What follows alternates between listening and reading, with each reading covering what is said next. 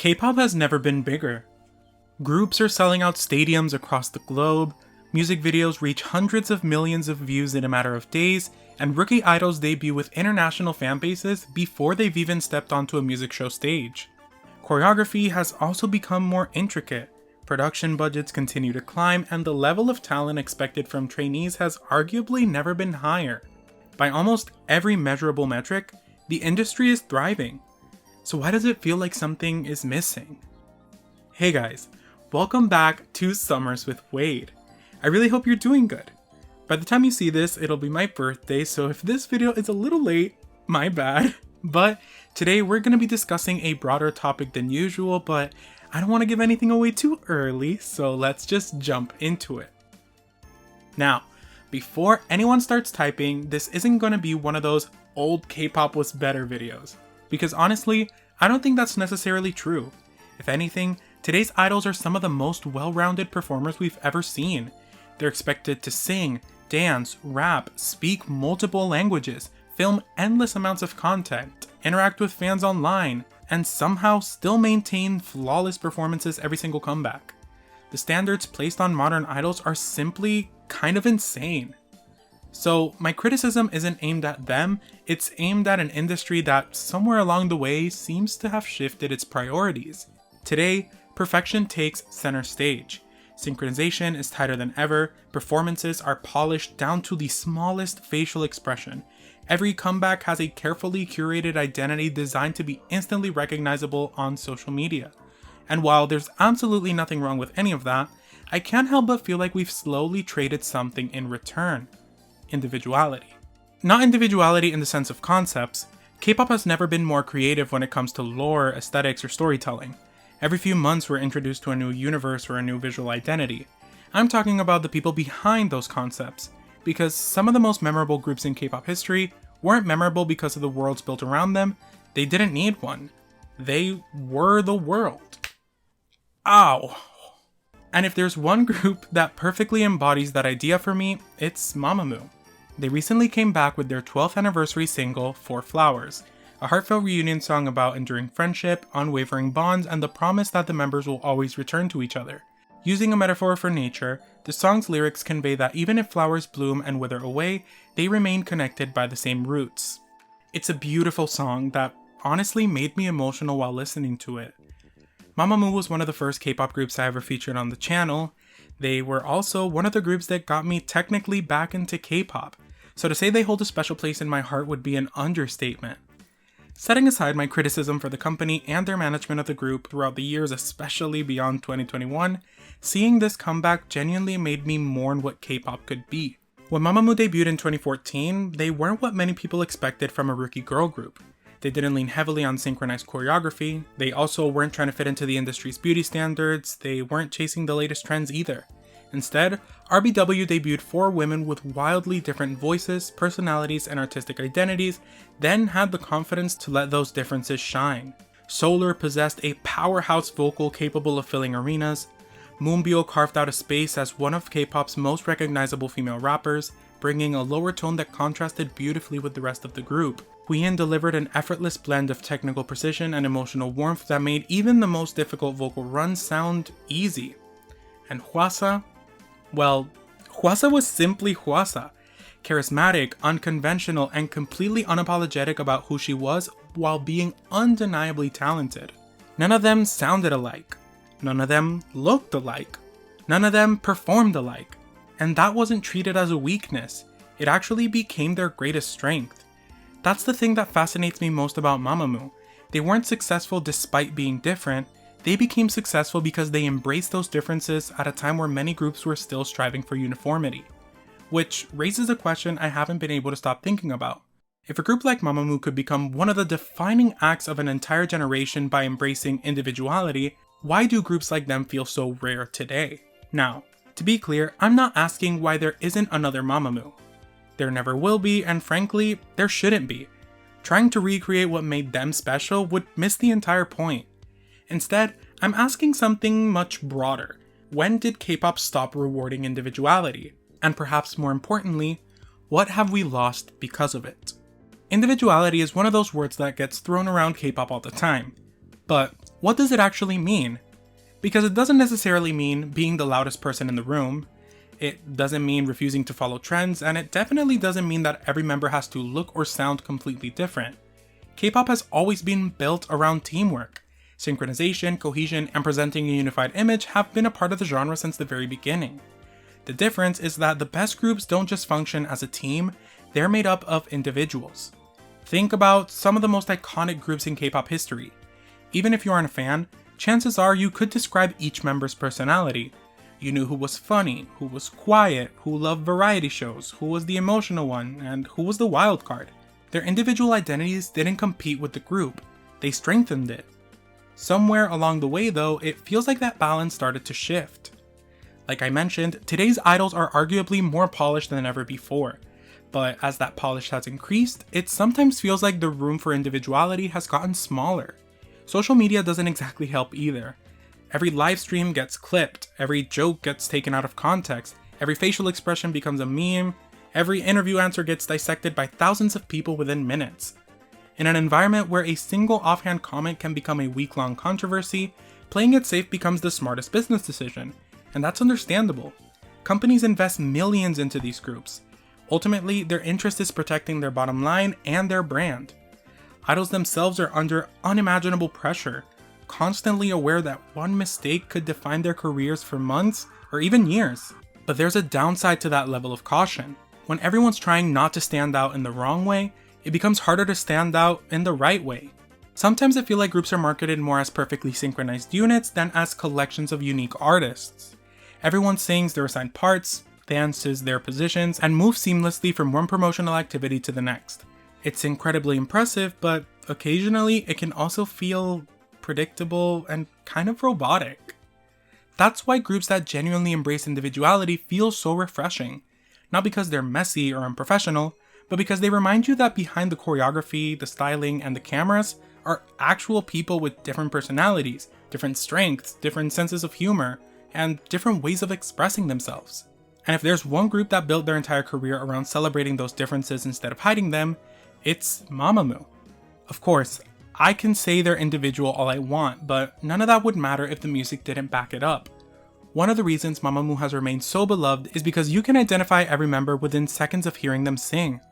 Solar's voice is powerful and theatrical. She has the kind of tone that immediately commands attention, making every chorus feel larger than life. Moonbyul provides the perfect contrast. Rather than trying to compete vocally, her lower register and rhythmic delivery create space within their songs. She's proof that a rapper doesn't always need to overpower a track to leave an impression, and she fights back against the stereotype that rappers can't sing. Then there's Wheein, whose voice almost feels effortless. Smooth, soulful, and incredibly controlled, she's often the bridge between Solar's explosive belts and Hwasa's rich lower tone. Speaking of which, then there's Hwasa. The moment she opens her mouth, you know it's her. Her husky timbre and blues-inspired delivery have become one of the most recognizable voices in K-pop. Individually, they're incredible vocalists, but together, there's something even rarer. Because Mamamoo never felt like four singers taking turns, they felt like four musicians actively listening to each other. That's a super important distinction. So many idol performances are designed around consistency. Every note is rehearsed, every harmony is predetermined, every stage aims to recreate the studio recording as accurately as possible, which results in the use of lip sync and backing tracks. There's nothing wrong with that, it's part of what makes modern K-pop so polished. But Mamamoo approached live performances differently. Instead of treating the recorded version as something they had to perfectly recreate, they treated it as a starting point. Watch almost any live stage and you'll hear little changes everywhere. Solar might extend a note longer than she did on the album, Wheein might add a harmony that wasn't originally there, Hwasa will throw in a bluesy run, Moonbyul might alter her flow or interact with the crowd. None of it feels planned down to the millisecond, yet it never sounds messy. It sounds alive. I also think that's part of why their stages have aged so well. You can go back and watch a live performance from 8-9 years ago and it still feels fresh because it wasn't trying to perfectly recreate a recording. It was capturing a moment. Every ad-lib, every laugh, every little interaction between the members reminds you that you're watching people rather than performers trying to convince you they're flawless. That's why performances like their Killing Voice episode became so beloved. It wasn't just because they sang well. Plenty of idols can sing well. it was because they looked like they genuinely enjoy making music together. They laughed when things went differently, bounced off one another's energy, improvised harmonies on the spot, and somehow made songs they've performed hundreds of times still feel fresh. The same thing happened during Queendom. While many groups understandably focused on creating bigger stages with elaborate props, cinematic storytelling, Mamamoo's greatest weapon was being Mamamoo. Their confidence came from knowing they could trust each other. They weren't afraid to ad-lib, change vocal lines, or feed off the audience because they knew every member would be right there with them. That kind of chemistry can't be manufactured by a company. It comes from years of performing together, trusting one another, and being confident enough in your own abilities that you don't feel threatened when someone else has their moment to shine. Ironically, that's exactly what Individuality should create. Not 4 people fighting for attention, but 4 distinct artists making each other even better. So when did all of this change? The industry didn't stop rewarding individuality, it started rewarding predictability more. Truthfully, I don't think there was ever a single moment where K-pop suddenly stopped rewarding individuality. It was more like a slow evolution. As the industry grew, so did the stakes. Groups weren't just competing for the Korean market anymore, they were competing globally. Suddenly, every comeback wasn't just battling for a music show trophy, it was fighting for chart placements, streaming records, international tours, luxury brand deals, and millions of eyes watching every move they made. That kind of success comes with a lot of pressure. The budgets get bigger, the choreography becomes harder, the visuals become more cinematic, the expectations become almost impossible. At the same time, social media fundamentally changed what it meant to be an idol. During second gen, a funny mistake on stage might become a charming fan story. Today, that same mistake can be clipped into a 10-second video, translated into 5 languages, spread across every platform imaginable, and become the discourse of the week. Like I said, every live stream is analyzed. Every airport photo is scrutinized, every interview answer is dissected, every facial expression becomes evidence of something. Whether that's dating rumors, attitude controversies, or accusations of favoritism, it feels like idols are constantly performing even when they're supposed to be off the clock. So naturally, companies adapted. Training became more standardized, media training became more extensive, performances became more polished. Idols became increasingly aware that every public appearance could have career-defining consequences. Again, I don't necessarily blame them. If I had millions of dollars invested into a group, I'd probably try to minimize risk too. But risk is also where personality lives. You can't have spontaneous moments without risking mistakes. You can't have genuine conversations if every answer is pre-written. Individuality is inherently unpredictable. That's what makes it exciting. Some of the most memorable moments in K-pop history weren't planned. Those moments are as simple as Solar making the audience laugh, Hwasa walking on stage with the confidence of someone who had absolutely nothing to prove, Moonbyul could change a verse, or Wheein could throw in a vocal run simply because she felt like it. Those little moments of spontaneity are often what fans remember years later. And unfortunately, they're becoming increasingly rare because today's industry rewards consistency more than unpredictability. The problem is that consistency and individuality don't always coexist comfortably. When every performance has to be perfect, every interview has to be media trained, every interaction has to be carefully calculated, you inevitably lose some of the imperfections that made artists feel human. That's exactly why groups like Mamamoo stand out so much in hindsight. They remind us that perfection isn't always the most memorable thing you can put on a stage. Which brings us to the biggest question. Why does any of this actually matter? To me, it matters because individuality isn't just about making idols more entertaining. It makes music more memorable. When you know exactly who's singing before you even see the screen, when live performances feel different every single time, when a group trusts one another enough to improvise instead of simply recreating the studio version, you stop watching a product and start watching art. That's the difference. And that's why Mamamoo's legacy is so important. They proved that you could succeed by leaning into your differences instead of smoothing them out. They showed that flawless choreography and incredible vocals weren't mutually exclusive with humor, spontaneity, and authenticity. If anything, those qualities made people connect with them even more. Thankfully, I don't think that philosophy has completely disappeared. If I had to point to one active group that could theoretically carry that torch, it would probably be NMIXX. Not because they're the next Mamamoo, they're not, and they shouldn't try to be, but because they seem to understand the same fundamental idea. every member has a distinct vocal color. They're all immediately recognizable. Instead of blending into a uniform sound, they complement each other. More importantly, they actually seem to enjoy performing. Whether it's their live showcases, festival stages, radio appearances, or the countless moments where they start harmonizing or joking around without anyone asking them to, there's a looseness that feels increasingly rare. Their Tiny Desk Korea performance, their university festivals, and even their encore stages have shown that they're willing to trust their voices rather than hide behind perfection. They ad-lib, they react to one another, and they perform with the confidence of people who know they can actually sing. Sound familiar? That's not because they're copying Mamamoo, it's because they're embracing many of the same values that made Mamamoo special in the first place. Of course, the industry is different now. The pressure is higher, expectations are harsher. Every mistake is amplified online within minutes. We know this. I don't expect every new group to become Mamamoo, but I do hope more companies realize that audiences connect with people, not just perfection.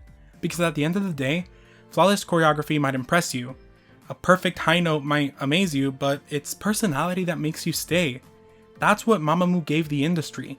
Not just incredible music, but a reminder that sometimes the most memorable thing an artist can do is sound and be unapologetically themselves. But that's all I have for you guys today. I really debated whether or not to cover their single since it's literally just one song and 2 remixes, which are great by the way.